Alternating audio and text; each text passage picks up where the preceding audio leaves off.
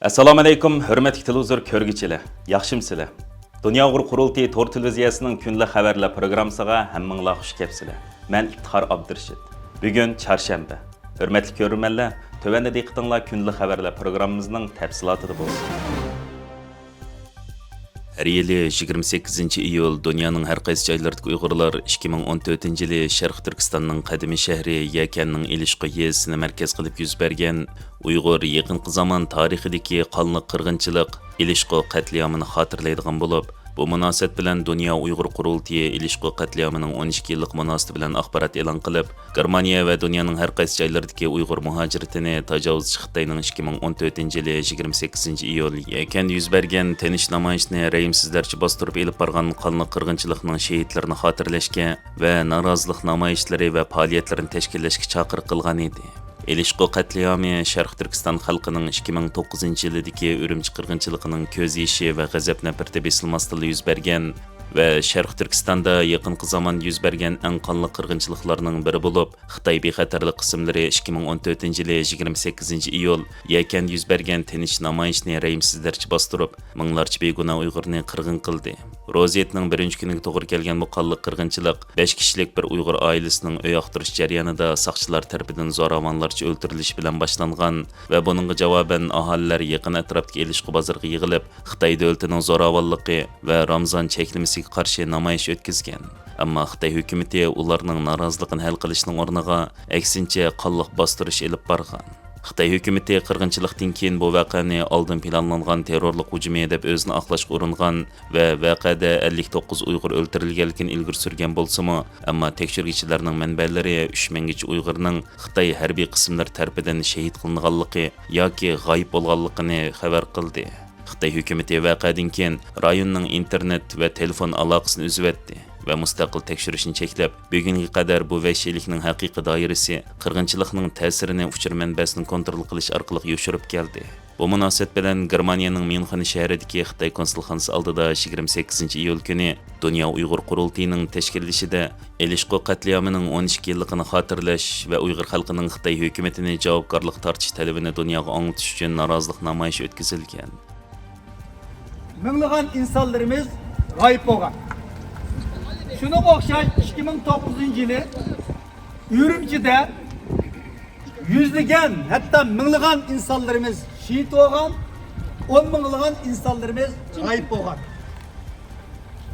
Shuna o'xshash 2014 yili 7 ayning 28-kunisi dan bugun 13 kun bo'ldi.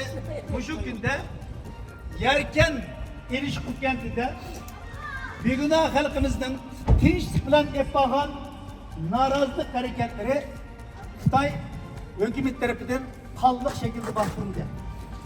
Medeniyetimiz ve kimlikimiz yok kılınatıdı.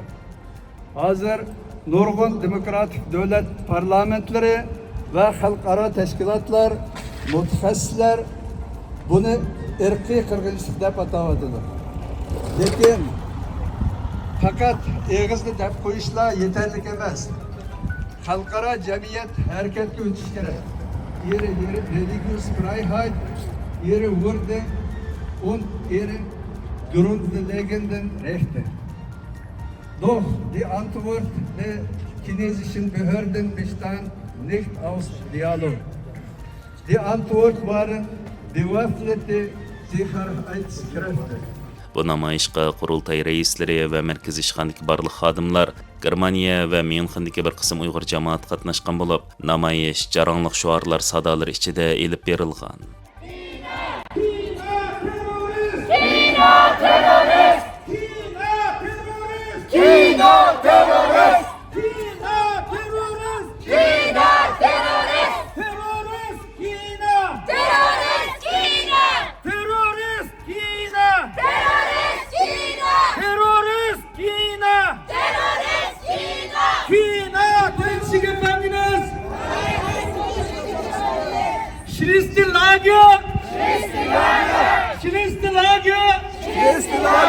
Freiheit! Freiheit! Freiheit! Freiheit! Uygurlar erkinlik! Uygurlar erkinlik! Uygurlar erkinlik! Uygurlar erkinlik! Yazsın müstakillik! Yazsın müstakillik! Yazsın müstakillik!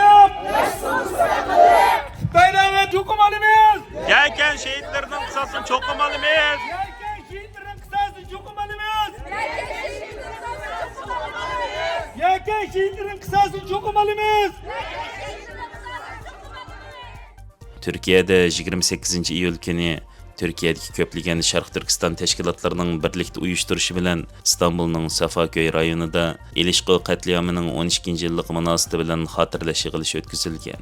Mazkur yig'ilishda har qaysi teşkilat mas'ullari, vakilleri, jamoat erboblari so'z qilib, İlişqi katliamının tarixiy arx ko'rinishi, Xitoyning vahshiyona jinoyatlari, Sharq Turkiston xalqining Xitoy ishg'oliyatiga, qirg'inchiliklarga qarshi kurashlari va shundaqla muhojiratdagi xalqimizning bularni xotirlashning va davomlashtirishning ahamiyati, ta'siri va muhimligi haqida so'z qilishgan.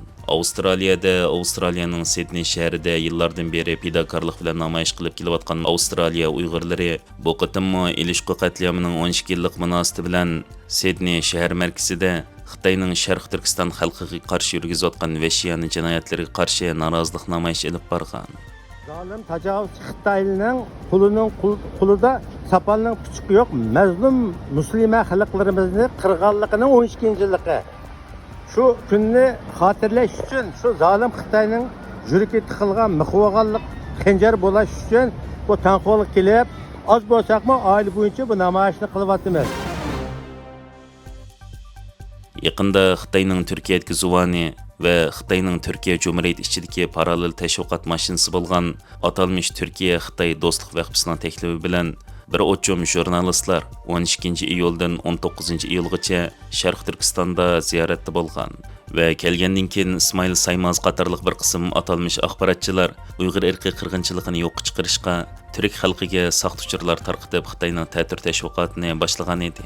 Bu munosabat bilan 27 iyul kuni Turkiyaning İstanbul shahridagi Beshiktoshga joylashgan Turkiya Xitoy do'stlik jamiyati oldida Xitoyning ta'tir tashviqot safariga qatnashgan bu atalmish turk jurnalistlarning Xitoyning Sharq Turkistonda yurgizayotgan irqiy qirg'inchiligi va sistemalik kishilik huquq dafsanchiligini ko'rmasga silib, ommani ozdirganligiga javoban axborot e'lon qilib, norozilik namoyishi olib berilgan.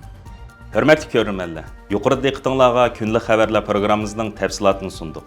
Keyin qitimliq sanımızgacha ko'rishgacha omon bo'lgaysizlar. Stansiyamizning YouTube kanaliga a'zo bo'lishni unutmang. Xayr xo'sh.